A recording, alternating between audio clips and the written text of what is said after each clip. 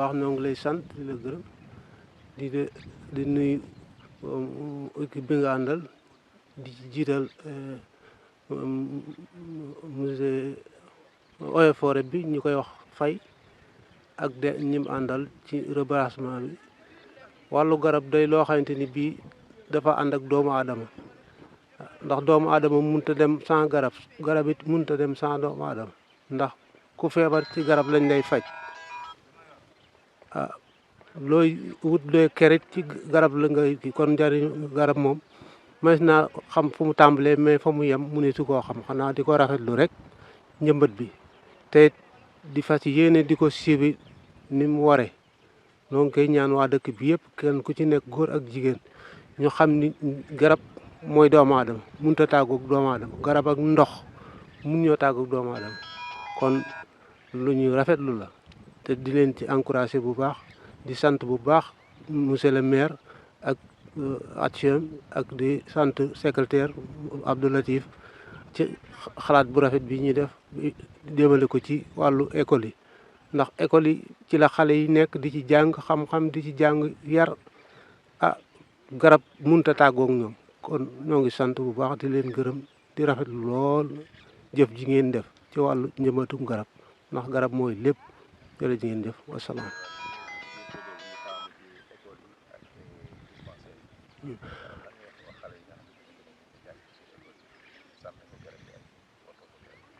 xanaa di leen ñaax di leen fàttali ni leen garab kenn ku nekk na ko xool ci sa bopp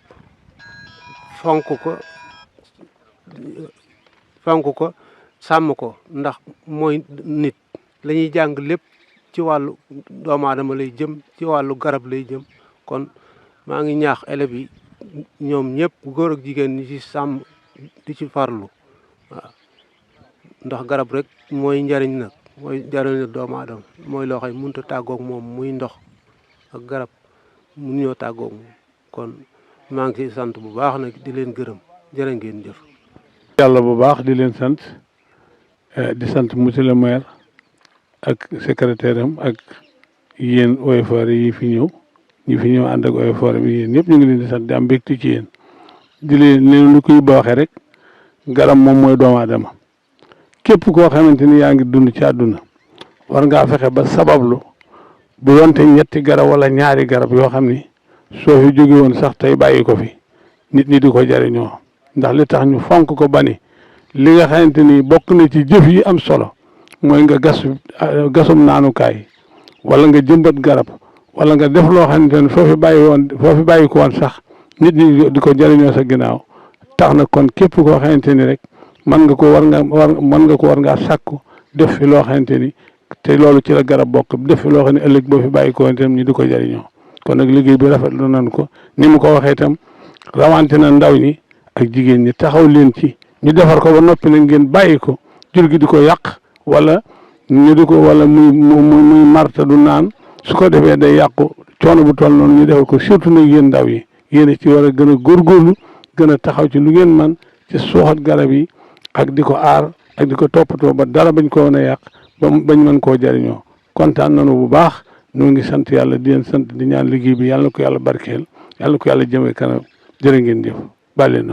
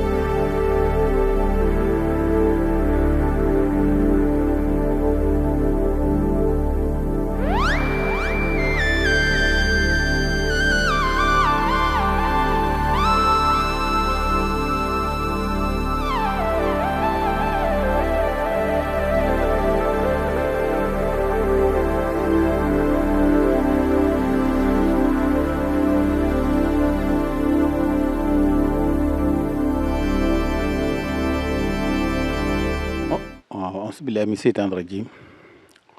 bokki jullit yi bokki taalibe bi ñu ngi leen nuyu ci bis bu màgg bi nga xam ni ci la eaux et forêt bu Ñaaxeen ànd ak équipement bi ñëw fii di nu wan njëmbatul garab ak lan mooy njëmbatul garab njëmbatul garab lu am solo la may ñaan bépp jullit wala bépp borom kër bu nekk mu feex ba am ñaari garab ci biir këram ndax garab day la am solo ak place publique yi ñëpp ñu def ay garab jàppale sunu bopp jàppale gouvernement bi ndax garab day lu am solo ci am réew kon bu ñu ko fi jëmbateet nañ ko góorgóorlu ba fas yéene sàmm ko ba bu fi ñëwatee rek mën a békk ndax ku fi ñëwit mën a békk ndax garab dafa am solo lool ci cim réew kon nanu góorgóorluwaat bu baax fonk ko bu baax a baax di sant nag bu baax équipement moom fay ak mboolem équipement bi mu àndal bépp ñëw fi di ko rafetlu bu baax ci taxawaay bi ndax am taxawaay bu am solo la fi taxawee ndax bi mu fi ñëwee ci hôpital bi ci leen dinaa fas yéene jàpp ci liggéey bi ci garab yi nam ko waxee la ko defee kon ñu ngi koy sant bu baax di ko gërëm di sant mboolem rek mu àndal ci liggéey bi waaye ñu ngi sant bu baax itam monsieur le maire ak mboolem conseil yi mu àndal yëpp ci liggéey ci commune Ngandiouf bi di rafetlu bu baax a baax tànn nga xam ne tànn na ko Darou Sam boole ko ci liggéey bi ndax monsieur le maire amul lenn lu muy jëf ci lu baax ci boolewu ci Darou Sam kon ñu ngi koy sant bu baax di sant mboolem ñi koy jàppale ci commune bi di bëgg rek ñun ñëpp nu maa si góorgóor lu baax rek ci fonk garab bu baax a baax rek. jërë ngeen jëf mbokk yi nga xam ni yéenay bàyyi xel jotaay bii di Xongi TV ñoo ngi fii ci village bi nga xam si mooy commune bu Ngandiouf composé 107 villages ak 18 hameaux tey jii ñu doon def li nga xam si mooy journée de reboisement àndoon ko ak ñi nga xam si mooy waa eaux et forêt bu Ñaaxeen ñu def li nga xamante ne si mooy 20 villages yoo xam si def nañ ko tournée xam naa damay jox rek madame ñaa kàddu gi su ko defee moom mu ubbi après ñu continuer waxtaan bi ak yeneen mbokk yi nga xam si ñu ngi ci suñ côté. voilà salaamaaleykum maa ngi nuyu mbokku télévision bi yëpp di nuyu waa Ngandiouf di nuyu aussi waa arrondissement Ñaaxeen di nuyu aussi sama collègues yi ma fi fekk muy notamment le sergent Faye. voilà man maay sous-lieutenant Rose Oumoul Bari man maa yor sous-secteur de Mérina Dakhar Ñaaxeen fan yëlee sergent bi daf ma da doon waxtaan ak man ni ma ñoom dañoo amoon envie organiser fii ay journée de l'arbre safrula ay journée de plantation voilà ma ne woon ko nag après journée de l'arbre c'est normal ñun ñëpp ku ci nekk sa zone nga dem reboiser fa c'est lañ nas nag zone bu nekk ñu jël fa pour la première fois ñu jël fa 20 villages maintenant ñu xam naa ñun waa Mérina Dakhar ñoo des mais waa Ñaaxeen ñoom dañoo choisir 20 villages jël ko nag ci commune bu Ngandiouf voilà tey nag moom reboisement bi waa Mérina Dakhar dañoo ñëw en renfort pour jàppale sergent Faye parce que comme que ñun personnel bi bëriwul trop maanaam baax na sax mais bëriwul trop et comme que 20 villages la woon on s'est dit que ñun ak waa xëy ndaw yeeg ñëpp nañ ci jàpp voilà la journée nag c'est très bien passé parce que on a fait 20 villages avec 500 et quelques plants qu'on a plantés à travers les écoles primaires, à travers les postes de santé, mais aussi les places publiques et les mosquées. Maintenant li ma doon wax rek sama wax du day gàtt parce que man moom dégguma olof trop li ma doon wax mooy na ngeen ñu dimbali dëkk bu ñu dem di fa reboiser bu ñu waxee chef de village bi na génnee waa village bi parce que nag ñun reboiser rek lañ ci am ñun moomuñu ko yéen ñi ñu fekk ci dëkk bi yéen a ko moom donc nag normal na dëkk bu ñu dem waa dëkk ba génn reboiser et le plus important mooy bu ñu reboiser ba pare nit ñi nañ jël affaire bi moomal ko seen bopp di fa dem di arroser protéger parce que tamit mënuñu jël ay plan yar leen bañ toll ni ñu toll ñu ñëw reboiser après bu ñu ñëwaatee ñu ne affaire bi dee na loolu c'est pas sérieux waaw man nag li may ñaax vraiment waa zone bi mooy Kayor Médina Verte ci kaw les terminales Mantali et quelle espèce encore et le Médina voilà man daal loolu laay am lu may ñaax waa dëkk bi nañ reboiser instant bi c'est le moment bu ñu amul ay grillage yu ñuy reboiser yu ñuy protéger ñu jël ay pneu daal di def ci tuuti ciment mu taqaloo ñu daal di reboiser loolu daal laa amoon lu may wax te di vraiment di ñaax surtout jigéen yi comme que ñoom ñooy nekk ci kër yi jigéen yi nañu reboiser biir kër yi parce que biir kër yi fi mu toll nii tàng na te man j'ai pu voir que xaw ma nu ñu koy waxee ci wolof seetlu naa ni biir kër yi am na ay kër yoo xamante ne dafa ne yàmbal ak amul garab amul dara vraiment léegi nag di ñaax sama waa zone waa Mérina Dakhar bu ñu waa ñaaxeen ëpp la si lenn vraiment affaire bi nañ ko jël def ko suñu moomeel reboiser moom vraiment da ngay reboiser non seulement di nga ci am tiyaabo mais di nga ci am environnement bu sain gis ngeen taw yi vraiment neex na si xol ku bëgg nag taw bi gën a bëri garab yi dañoo war a gën a bëri air bu normal nga koy respirer loolu vraiment dafa neex ci xol kon nag reboisons surtout nag dans le Kayor voilà en tout cas merci beaucoup on a été très content pour la journée je passe la parole au sergent moom mooy borom jëf yi moom dina leen expliquer dugg dans les détails voilà merci beaucoup. kon rek dañuy jox sergent Faye mu wax ñu lan mooy rôle eaux et forêt ba xam moom dem fekk nit ñi rek ci àll bi rek mu jàpp leen rek moom mooy rôle eaux et forêt wala ak lan am na yeneen liggéey yoo xam si eaux et forêt da ko war di am di ko taxawal yu bokkut ak maanaam dem fekk rek ñi nga xamante ne si ñoo nekk ci àll bi di gor rek mu jàpp leen kon sergent Faye vous avez la parole. salaamaaleykum maa leen nuyu ñëpp ku ne turam ak santam di rafetlu vraiment initiative bi man nag li ma wax daanaka lieutenant bi wax na lépp mais damay tontu question yi. Eaux et Forêts mission dafa yaatu nekkuñu fii rek pour di jàppee le service il est là pour la population et non contre la population suñu mission primordiale nag mooy ñu conserver ressources forestières lépp loo xamante ne koom-koom la ci mbirum àll bi ñu garder ko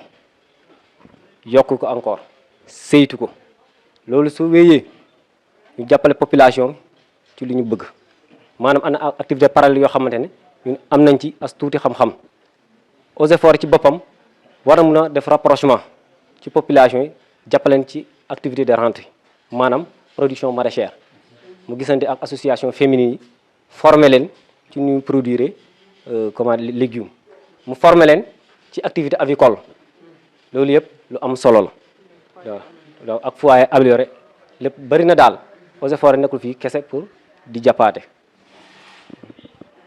jërëjëf kaddu yi am na solo te yaakaar naa ne dina leer ci askanu commune bu Ngandiouf ak mboolem yeneen yi nga xam si ñoo nekk ci département Tivaouane muy 18 communes yi yëpp. kon rek fi nga xam si foofu la ñuy ñëw muy journée bi nga xamante si doon nañ ko amal tey ak taxawaay bu am solo bi nga xamante ne si def nañ ko ci kon foofu lan nga nu ci mën a indil ni rek ay leeral ci journée ci dëkk yi nga xamante ne si ànd nañ dem fa.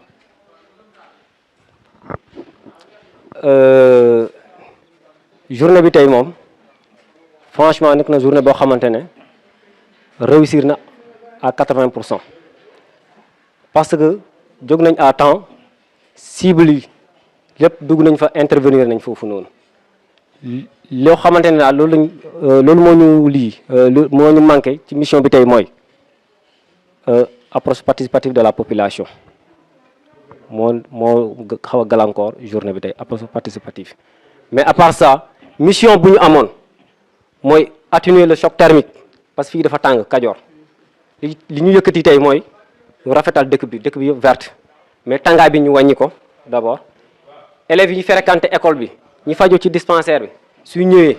ñu am foo xam ne foofu la ñu pique-nique foofu la ñu dalloo loolu moo ñu yëkkati te lépp remplir nañ ko parce que espèces yi ñu fi indi pour loolu la espèce ker lañ fi indi ak espèce yoo xam ne day taaral voilà en grosso modo daal loolu moo ne ko objectif mission bi. waaw gis nañ ne ni maanaam garab yi ñu indi tey yëpp amul ay garab yoo xamante ne si ay fruits da ci garab yi fruits la loolu bëggoon nañoo xam maanaam lan moo tax waa Eaux et Forêts ñoom it du ñu produire garab yoo xam si ay forêt wala fekkee maanaam askan wi dem nañ ba soxla yooyu fan lañ mën a jaar pour ñu mën a am garab yooyu. voilà service eaux et forêts espèces sauvages moom la ñu produire eaux et forêts day jàppale tamit population bi ñuy produire yeneen xeetu espèce mooy espèce fruitière soo gisee tey indi ñu fi ay meññeenteef daa fekk bokkul ci suñu prérogative parce que mënoon ne man agent eaux et forêts la damaa nekk fii pour jàppale population yi am ñoo xamante ni ñu ngi yëngatu ci mbirum production garab di jaay di dundale seen njaboot yi ngay produire ay garab di produire ay meññeenteef di ko joxe gratuitement loolu suñ ko defee ñooñu duñu gis seen bopp loolu moo tax ñun suñu produit dañu produire ay espèces sauvages léegi nag pour ce faire ñu satisfaire la demande sociale en espèces fruitières lenn moom mën a am les élus locaux ñoom ñëpp ñu collaborer ak agence eaux et forêts bi ñu def ce qu'on appelle des pépinières communautaires ou bien des pépinières communales parce qu'on dit plus communautaire des pépinières communales léegi nag ci compétence transférée élus yi am nañ prérogative ñu recruter ay gardes forestiers ñu jàppale eaux et forêts ci mission suñ ko deful mën nañ recruter ay manœuvres temporaires wala ay permanentes yoo xamante ne ñoom ñoo nekk ci pépinière eaux et forêts yi ñëw capacité leen ñu mun a demal seen bopp de ce fait loolu su amee maire bi mooy débloquer xaalis ñu jënd ay graines jënd ay semences eaux et forêts formé ñoom ñu def le semis eaux et forêts di ñëw di def le suivi technique loolu yëpp su amee nag day tax campagne bi su tijjee di nga mën a am espèces yi ngeen soxla espèce fruitière en grosso modo tamit loolu la. jërëjëf leeral yi am na solo lool matale na kon rek sa kàddu gu mujj boo xam si mooy jëm ci sensibiliser askan wi nga xamante ne si foofu lañ jaar tey ak ñeneen ñi nga xam si des nañ ci 107 villages ci jotuñu woon faa jaar ban message nga leen di yónnee pour ñu gën a aar li nga xam si moom mooy alam bi. li ma ci wax mooy gox yi nga xamante ne ñun jotaguñu fa jaar parce que suñu mébét mooy ñu jaar fépp mais parmi les 107 villages def nañ 20 villages mu des 107 yi ñun am nañ yéeni pour egg si foofu noonu def comme ni ñu def fii nii fu ñu jaar nag 20 villages yi nii li may di ñaan mooy parce que forêt dañ ne nekkul ne da nga maîtriser technique de reboisement kese pour mun a réussir reboisement mais date de la plantation lu am solo la date bi nag yàlla dimbali ñu am ko parce que moo yombul jàng taxul nga xam date bi parce que il faut mu taw profondeur d'humectation mu nekk 25 centimètres te loolu am nañ ko tey donc date bi dal nañ ci lan moo des mooy le suivi maa leen di ñaax garab yi fii ak 1 an ferme ñu ko irriguer di ko arroser di ko jox ndox mu mot sëkk chaque 3 mois dinaa fi ñëw di def suivi trimestriel tey mooy le 16 novembre incha allah dinaa fi ñëw ci gàttal daal li ma leen di ñaan mooy ñu toppatoo garab yi fu ñu jëmbat yëpp am na sécurité donc arrosage rek moo des na ñu jàppale ci arrosage bi. jërëjëf lieutenant Faye am na solo lool sergent Sow am na solo lool sergent Faye kaddu yi am na solo lool matale na di jaajëfal bu baax aussi madame Niang ak mboolem équipe bi nga xam si moom ngeen àndaloon yëpp ñu ngi leen di jaajëfal bu baax a baax ci taxawaay bu am solo bi ak liggéey bu mat bi waaye noonu la ñuy jaajëfale aussi le maire de la commune de Ngandiouf ci disponibilité am ak aussi jàppale gi nga xam si jàppale na ko ngir liggéey bi mën a taxaw ak mboolem conseil municipal bi yëpp mais mention spéciale aussi à notre secrétaire municipal monsieur Abdoulatif Diène l'infatigable yaakaar naa ni taxawaayam bu mat sëkk bu am solo moom moo tax liggéey yëpp moom mu jàppandi ñu ngi jaajëfal ñëpp ak mbokk yi nga xam si ñoo doon ñu teewlu ñëpp rek ñu ngi leen di jaajëfal bu baax a baax di jaajëfal bu baax aussi le caméraman monsieur Pam Ndiaye wax dëgg yàlla jàpp na ci aussi parce que bi ñu xëyee ba léegi ñu nag moom ñoo ànd ci terrain bi kon ñi ngi jaajëfal ñëpp ak mboolem ñi nga xam chauffeur yi nga xam si ñoom la ñu àndaloon rek ci terrain bi ñu ngi leen di jaajëfal bu baax ak équipe yi nga xam si moom lañ àndaloon yëpp ñu ngi leen di jaajëfal bu baax di am mbégte lool ak contenté di leen jox dig daje rek ba beneen yoon ci ak beneen liggéey boo xamante ni si rek commune bi soxlawaat na ko ñu fas ko yéene àndaat ak yéen kon mbokk yi jaa ngeen jëf